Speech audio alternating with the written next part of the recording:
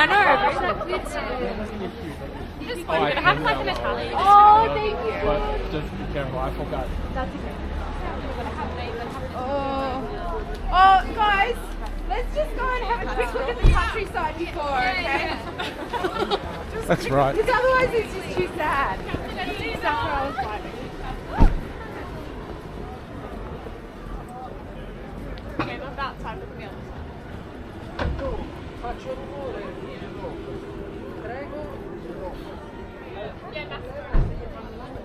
So you get a bit better sense, you know? Yeah.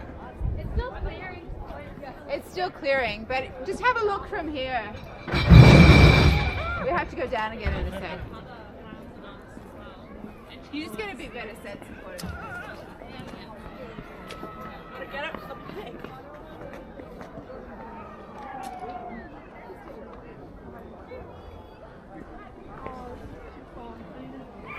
Oh, that's beautiful.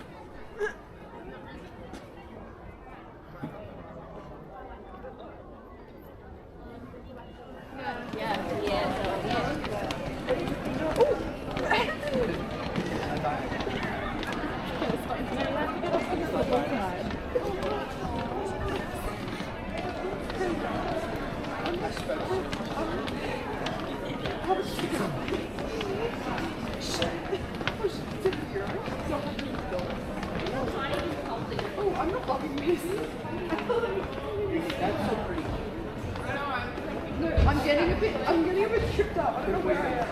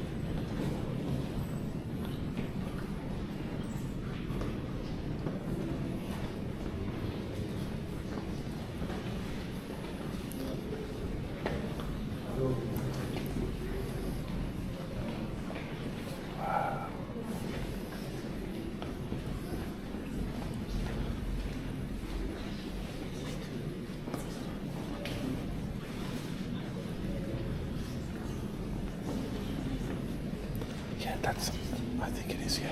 Synagogue prayers.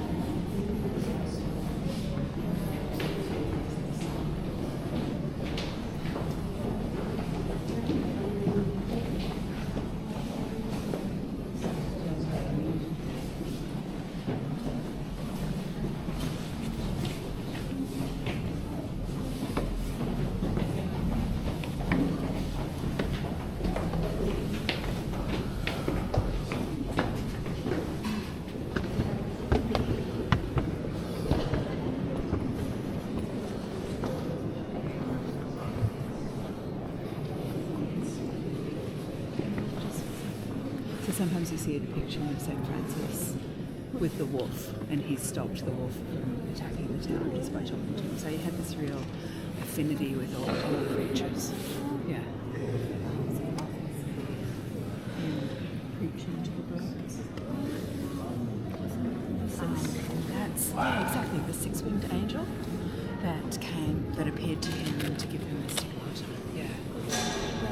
He also went and he preached to, where did he go? He basically went and preached to the Muslims, and said, and so he's taken often to be a figure for interreligious dialogue, because he could see that there was a possibility between, we've seen this, right, conflict, and he was all about peace. So one of his prayers is, make me an instrument of your peace. So you'll see him talking to the Saracen, I think it is. This one over here, I'm not sure. I think it might be just a door.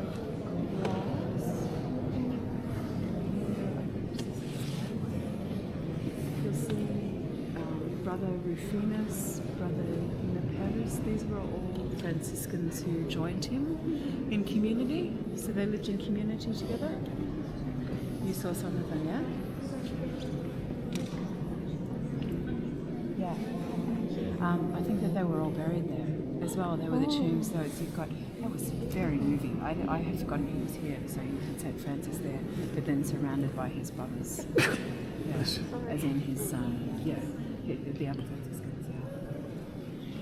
So the mystery, it's like a mixture of Let's get back in closer. Get up. this is kind of like the movement you see there is very much like the Last Judgment. See how it's all sort of, there's lots of activity going on. You see that when you go to the Sistine Chapel. The blue is very much Assisi, but you've also seen it in some of the churches in Rome. So that real celestial blue, and of course this is very Gothic. So you've got the archways, you've got the colour, and I think I said to you we're kind of proto-Renaissance, so it's kind of moving out of the Byzantine. You see some Byzantine features, and kind of moving into the Renaissance, and lots of frescoes. So what you're seeing is the plaster, and then they're painting quickly onto the plaster. And some of this again was damaged during the earthquakes. So let's head up to the upper Basilica, because that's where you'll see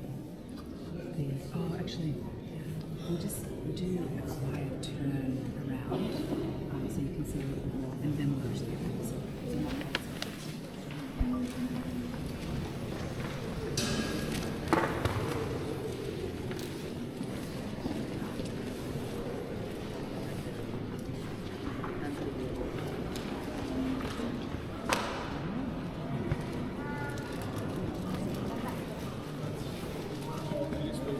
Yeah.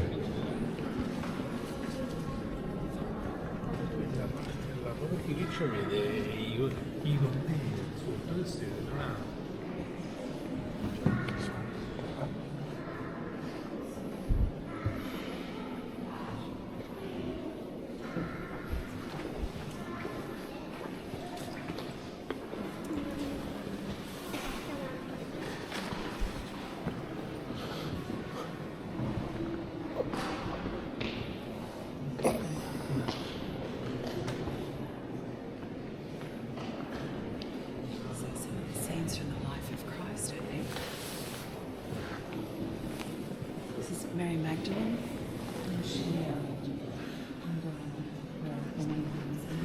washes Christ's feet with her tears, dries them with her hair, and rubs them with oil, and I think apply it being Mary Magdalene. So we have her with Christ, it's gorgeous. Where she, in the Bible in the lecture, she comes in and she washes her feet, his feet with her tears, and then dries them with her hair, and he lets them go.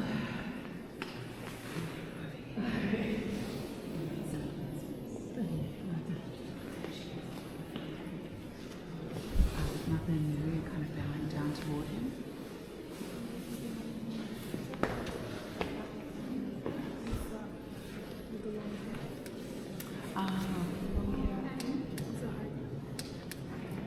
Oh, That's a good question. It's probably Mary Magdalene, actually, because this is the chapel of Mary Magdalene. And because she dried his feet with her hair, she's often depicted with these long dresses. And then over here, it's the Mary Magdalene chapel, right? So everything is about Mary Magdalene. Up on the left, this is when she was one of the first to the tomb. And so there's this famous part where she goes in and she's kind of like holding him, and he says, "Don't hold him anymore. You can't touch me. I haven't risen to be with the Father." So that's on the left. And then on the right,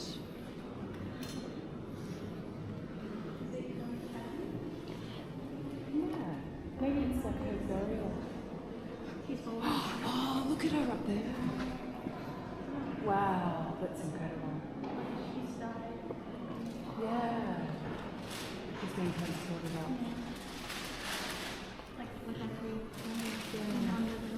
Yeah.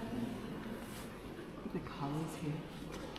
And over here, she lived as a hermit later on, so you can see her up there.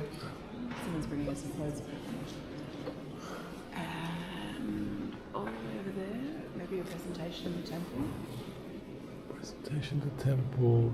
Of her coming to the temple? At the very top. Yeah. I don't know. Gosh, this is beautiful. It's amazing. Yeah. And you can see the Cosmati. So Yeah. the Cosmati brothers got around. Yeah.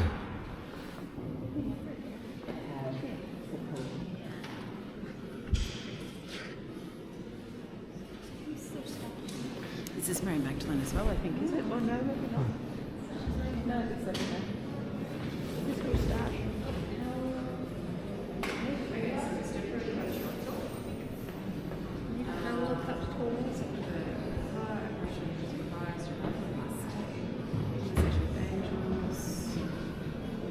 Doesn't say anything about that, though. I think it's probably Paolo. It's on the floor there. Right? Paolo. Thank you. It's right in front of me. Pavlucci. I don't So know. this is Giotto, who's sort of taken to be one of the most revolutionary artists of his time, because he's kind of ahead of his time. He's that proto-Renaissance figure I was talking about. So you can see the figures are kind of still a bit like in the Byzantine. Is that right, Mario? That's what I'm seeing. But then they're starting to get the more movement, more of the background details, taking on some of the landscape that people are familiar with from being in Assisi, even some of the architecture. So you've spent a little bit of time in the city now, and you can see that some of the colours that were at Santa Chiara, which are kind of a soft pink and a cream colour, they're being picked up here as well. So it's all trying to bring people into the appreciation that these events make an impact on their lives as they're living them right now. That Christ in Palestine and Mary Magdalene in Palestine are really important for the people of Assisi. Yeah, beautiful. Let's go through this way and see. I think it's the way that they prepare it to get the plaster stick. Oh, Yeah. Does that sound right, George? Yeah. Yeah.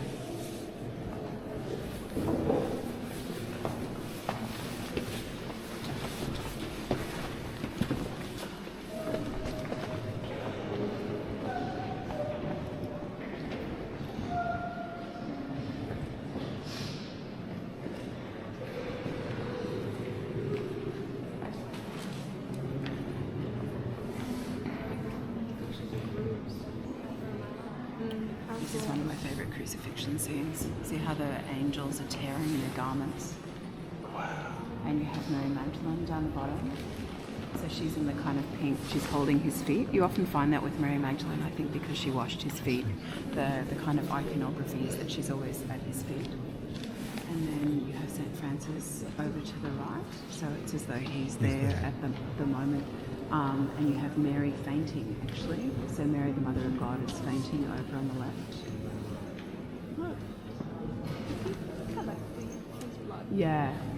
Yeah. Hmm. Yeah. So the angels are collecting his blood, and they're grief-stricken. It's a very striking one. Yeah. Do you know what that one is? No. So that's Jesus, and there's somebody kissing his feet. Yes. Is that like a sort of green? Not it's just like juxtaposition. yeah, but like a new Mary Magdalene, similar colouring. So what it is when Christ was a little boy, he was brought to the temple. It was the presentation at the temple, which was a Jewish tradition that you would do that. And Simeon is the man who is kissing the Christ child's feet. And then we've got an angel over to the right, Mary there, and then to our left of Mary is a woman named Anna. And when they came into the temple, Simeon said, now your servant can go in peace. I've waited all my life to see the Messiah, and now the day has come, I've seen the Messiah. And I think it's, and then he turns to Our Lady and he says, through your heart a sword will pierce, and you are in sorrow. So it's a kind of prophecy of what's going to happen as well. And you also see presentation over on the right as well. I think Mary's saying, okay, enough of that, you can give him back now. Yeah, there's the nativity. Good. Yeah. She's in a cave as well. I think it's telling a story. So she's given birth, and yeah, it's several moments in the same thing. Yeah, do you know what that one is? Do you remember that from class? Jerusalem, because they got telling them to follow the star. Yes. Also, the one above is the Visitation. It's when Mary responds to the angel and says, yes, I'll become the mother of God. And then the angel says to her, your cousin Elizabeth is pregnant in her old age. This is also a sign. And Mary immediately gets up and goes to see her. Yeah. I don't think so. I think it's just that. It's like different scenes. It's like different scenes in one. Yeah. You see Joseph down there in the corner. He's always dreaming. He quite speaks to him and he looks worried, just because he's being spoken to in a dream.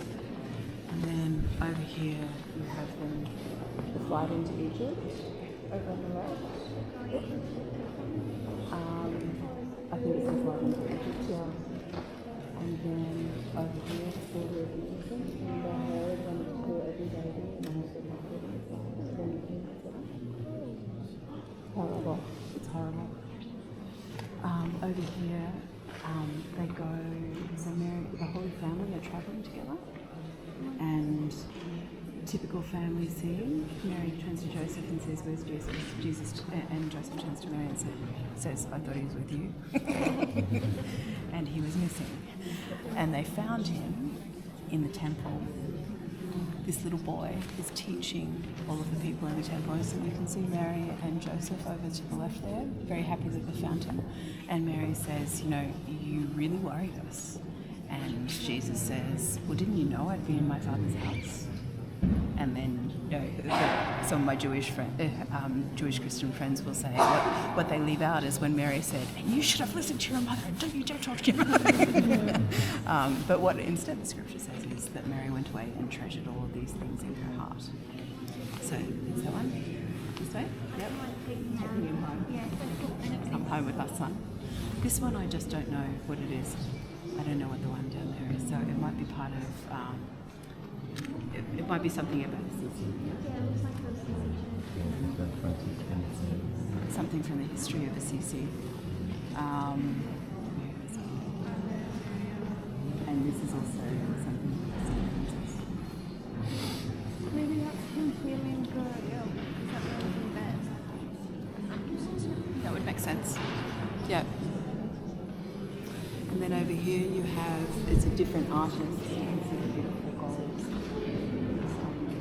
Scenes from the life of St Francis and I think so being really by heart.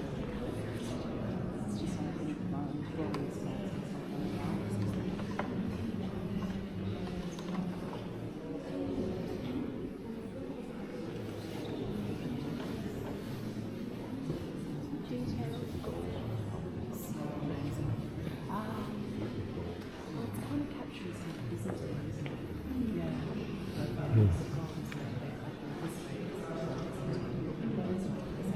Sometimes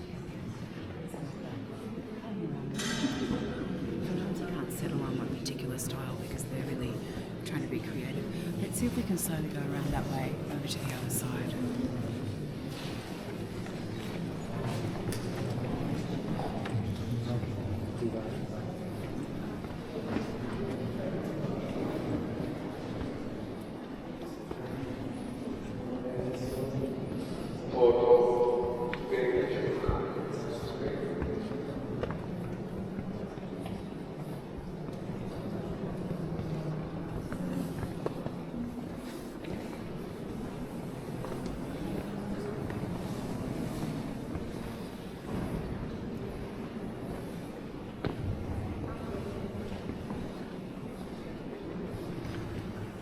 This is more school of Giotto, but it actually gives you more of the history of St Francis as well. So here's Francis receiving the Stigmata.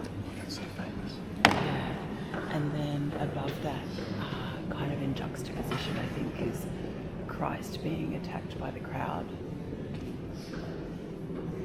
And above that, the Last Supper, which would be with the betrayal of Judas. Over that way, that's Christ coming into, that's Palm Sunday basically, Christ coming into Jerusalem, and down below washing the feet of the apostles, and below that Judas having hanged himself after betraying Christ.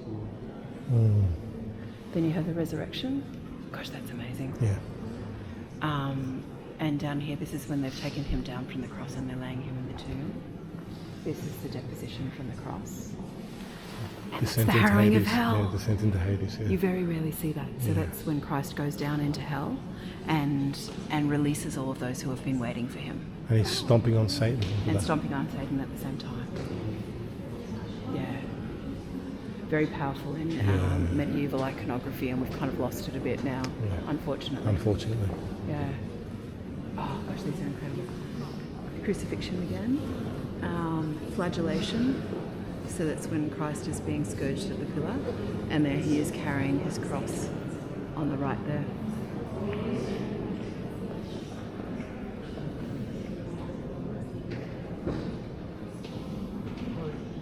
Yeah. The figure with the halo carrying the spear, is that Longinus? Yeah. Always, if it's a soldier nearby with a spear, it's Longinus. And you see Mary here in the blue, being propped up by John in the red, and another one of the Marys.